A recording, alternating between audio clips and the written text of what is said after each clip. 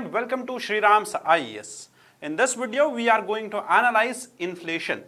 ये टॉपिक सबने सुना होगा, सबको पता होगा और सभी इस बारे में जानते हैं आखिर किसकी जेब पे प्राइस इंक्रीज होने की वजह से असर नहीं पड़ता। बट इन्फ्लेशन कितनी होनी चाहिए? क्या सेंट्रल बैंक का रोल है इन्फ्लेशन में? और उसके साथ साथ अगर इन्फ्लेशन एक बाउंड्री लेवल से क्रॉस कर जाती है तो उसके बाद क्या होगा? See, it was earlier since, or I would say before 1870s, that all the central banks used to target and have 0% inflation. Why? Because it was gold which was the standard backing of all the currencies. But once we move towards the paper currency, all the mathematics and all the statistics behind the economics which we are seeing changed. It was William McChesney who was the governor of Federal Reserve in 1960s and 1970s, who talked about to have 2% to 4% inflation rate. You know what? In economics, we have one particular number and the number is called 72. है ना? ये वो 72 नहीं है. This 72 number, usually what we do is, whatever is the inflation rate,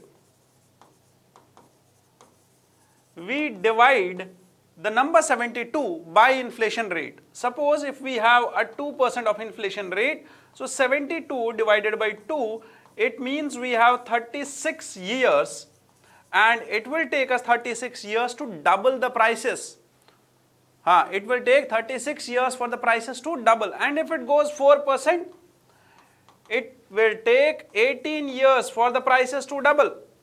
Similarly, if it goes 8%, how much will it take? 9 years. And if it goes 16%, how much will it take? Just 4.5 years. But imagine a scenario where this inflation rate reaches 14,000% per month. Now, these are the incidents which happened in the world history, in the past world history, in Yugoslavia, in Germany, in Zimbabwe. In Zimbabwe, the dollar or Zimbabwean dollar was around of 1 million, $1 of 1 million Zimbabwe dollars. One note of 1 million Zimbabwe dollars. And it was about to get more devalued. And it was about, in 1929, it was about to be a $6 trillion. That is 1 followed by 14 zeros. 1 followed by 14 zeros. But then again, Germany had to revalue its currency. Recently, we witnessed last year, because of Iranian currency, we witnessed that Iran also did the same thing. It revalued its Iranian rial. It cut all the 3 zeros. The 3 zeros at the end of the currency were cut, and the economy and the currency of Iran was revalued. Now, what is actually behind the inflation? Why inflation happens? And when William McChesney says that we should target the inflation at a band of 2 to 4%, that will help the economy grow. Why can't we have a 0% inflation? That is the question, and that is what we are going to answer.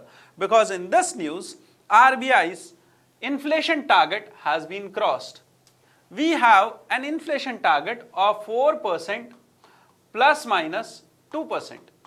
It means in India, according to FRBM Act 2003, our inflation rate should vary or should be controlled in a bracket of 2% to 6%.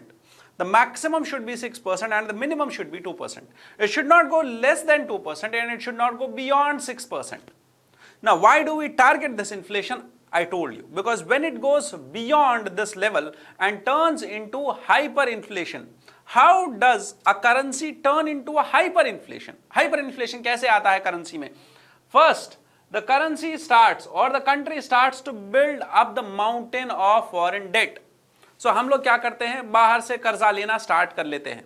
When we start doing this foreign borrowings, a lot of borrowings, now what will happen? This whole money will be injected into it will be injected into our currency. Now, when it is injected into the country, it leads to what? Increase in money supply. I am talking about hyperinflation, not just minor inflation. Minor inflation, walking inflation, creeping, trotting, that is normal only. That happens by tampering and changing the course of monetary policy, just by increasing or decreasing the interest rates. But when we talk about hyperinflation, it happens by what? First, when you have huge foreign debt, that is the condition with USA currently. Now, post this leads to inflation and fiscal deficits of the country. And in order to pay this fiscal deficit, what country does is, the debt drags the economic output downwards. The tax revenue and the currency exchange rates also change. Tax rates कम हो जाती है और उसके साथ साथ जो currency exchange rate है, that too starts to depreciate more and more, because now we want more exports. And when this happens, the country must print the money to pay its bills. It must print the money. And now understand, when we have foreign debt, we will not pay it in our local currency. हमने dollar लिया बाहर से, कर्जा लिया dollars में, we have to pay it back in dollars only. But in order to earn those dollars, we are printing money so that production happens in locally, then we export that product and we earn dollars, and in dollars we can pay back in dollars. Do you understand? So therefore, we are printing more and more currency. Due to this printing of lot of currency, the hyperinflation starts to happen, because both domestic and foreign confidence will be lost and the government will start facing inflation, and this inflation in no longer time will turn into hyperinflation. Now, besides all of this maths behind the inflation, and to understand that what happens in the economies, we need to see that what is the current scenario of India's inflation. Understood? At the end of this video, I will give you a mains question, and that mains question you all will attempt and then send it to me. We will evaluate it and then reply back to you. Understood? So therefore, the big picture which currently is being highlighted in this news was that the retail inflation, that is CPI inflation, Consumer Price Index inflation, as per the new series which was launched in January 2026. In June 2026, that is last year, according to this new series, the last month we had a 4.4% of inflation, which means that the RBI's medium-term target of 4% has been breached for the first time. What do you think? Is this inflation good or bad? Because if this inflation is driven by demand, understand, if this inflation is driven by demand, or I would say domestic demand particularly, or if it is driven by demand led by exports, then this inflation is good. But if it is not so, then this inflation may be bad and may be signaling something which is pessimistic towards the market. Do you understand? Now let's understand it further. So the inflation, main cause behind this inflation is food inflation. And why is food inflation there? Because the agricultural output is declining, because we have a weaker monsoon this time. Do you understand? So what is CPI and why do we consider CPI as new series, or what is new series about CPIs? It is very simple. It is the consumer price index based on a basket. This basket, according to the new series, was expanded and reformed. The basket means that we will calculate and collect a few amount of goods, a few number of goods and a few markets, like online markets and offline markets, rural markets and urban markets. We will check the prices of different commodities, like the radio, tape recorders, CDs, DVDs were removed from this basket and new products have been added to the market, like OTT platforms. The subscriptions which we are paying to OTT platforms have been added to the CPI's new basket recently in this new series. So remember that also. Now, the new series base year is 22-23. That is the first reform which was brought. It covers a wider basket of goods. As I said, it has more representation of current spending patterns because it involves the current spending patterns, even though the OTT platform subscription is also included in this. Clear? Pen drives are included in this. New types of expenditures have been recently included. So that is why the inflation numbers are getting wavy in nature. Understood? Now moving further, we need to understand that why the inflation is in the month of June 2026 rising. What are the reasons behind it? The first reason is rising food prices because of the food inflation. As I said, that food inflation is because there is a decrease in agricultural output. Second, there are higher fuel prices. Now this is something which I call imported inflation. Why do we call it imported inflation? Because the inflation is actually in the crude oil sector, and that is what we are importing here. And this inflation, due to this, transport inflation has increased by 4.3%. So somehow food and transport are the major players when it comes to the number 4.4% of inflation at the national level as per CPI. Understood? So these are the two main sectors. Now, these are something which contribute to headline inflation. However, if you talk about this and this, when the productivity decreases in other sectors, when the inflation happens in other sectors, say for example, the inflation in core sectors, if the inflation in core sectors increase, for example, leaving aside food, petrol, transport, the other sectors, say automobiles, say the industry of critical minerals, say the industry of, say for example, consumer goods, durable goods, if the inflation happens there, or if the inflation happens in coal sector, then we see about that the inflation is happening in the core sector, in the steel, in the iron and steel industry. Understood? So therefore, this headline inflation or headline retail inflation, which was the main, I would say, headline of today's newspaper, this headline inflation has increased to 4.4% from January 2026 to June 2026. Clear? The key segment behind this is one, transport sector plus food inflation.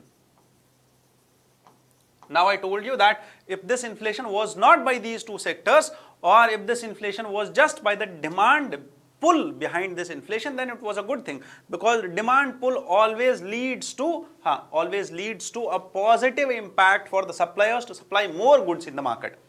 Understood? Chalo. Next, the inflation in major categories. First was personal care, social protection and miscellaneous goods and services. This has led to a 16% rise in inflation.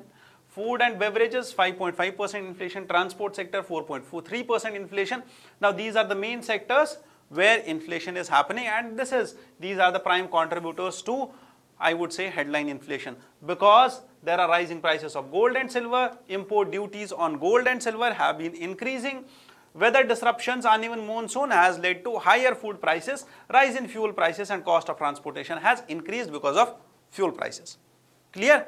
Chalo. Next, there have been multiple experts who have talked about this inflation. We will skip this part and we will focus on this part. Why? Because why the inflation has happened, or what is the outlook of this inflation? First of all, the base year effect. Because if you talk about June 2025, the base year was 2011-12. If you talk about June 2026, the base year is 22-23. That is one effect. The closer the base year, the effect will be more. Understood? That inflation in this segment is likely to be higher in July 2026 compared to June and July 2025. So the impact will change because of the base year. Non-food components may also exert pressure.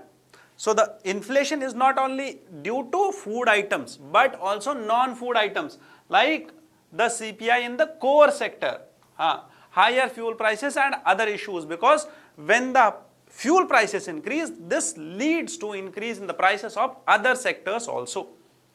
Food inflation is expected to remain elevated in the near term depending on monsoon. Global uncertainties are still there. to which Monetary Policy Committee has highlighted multiple times that there are global uncertainties. That is why we are not changing the repo rate. We are still keeping it at 5.5%. Understood? Done? So the last thing is that we already discussed this. The last thing is that inflation may lead to trade deficits also. Now, how inflation will impact our trade deficit? Because if you see, India's trade deficit has increased by 430%. That is $15.3 billion since in June 2026. Why did this happen? Because of increase in crude oil prices, and because of this crude oil price increase, our import bill has also inflated, and higher import of golds, because too much of gold is being imported and purchased, and these are the two reasons behind what? Behind a higher trade deficit. So therefore, when there are two things in, I would say, sync, that is first higher trade deficit and higher inflation in the market, that may cause the hyperinflation, but we still are not about to worry. We still are not worrying too much. We still do not have to worry too much. Why? Because it may have an impact on economy, but yes, inflation is still under control, not going beyond 10%. Beyond 10% and beyond 20%, then the inflation becomes out of control. Running and galloping inflation becomes out of control. So therefore, impact on economy because of higher trade deficit. First, it will lead to higher inflation. Higher inflation will lead to higher trade deficit, and higher trade deficit will lead to more higher inflation, and then starts the vicious cycle. Higher input costs can impact the corporate margins. Persistent inflation may restrict the RBI's ability to cut the interest rates. So if there is too much of inflation, then the monetary policy will have less impact. Widening the trade deficit will increase the external vulnerability and current account deficit, which we already know, because if the trade deficit is increasing, current account deficit is also increasing. Understood? Clear? Done? Therefore, the last thing is the takeaways. 3 to 4 points, you can revise them, and this will summarize all of your discussion of last 15 minutes. And you can also attempt this mains question. And this mains question, if you attempt, you can send it to me on these details. There are the contact details. You can send it here, anywhere you can send it, and then you will get it evaluated. Further, you can go to YouTube and watch these marathons, which are about UPSC PYQs and all the static portion of Indian economy. With this, I conclude today's discussion. Thank you for being here. I wish you all the best. Jai Hind.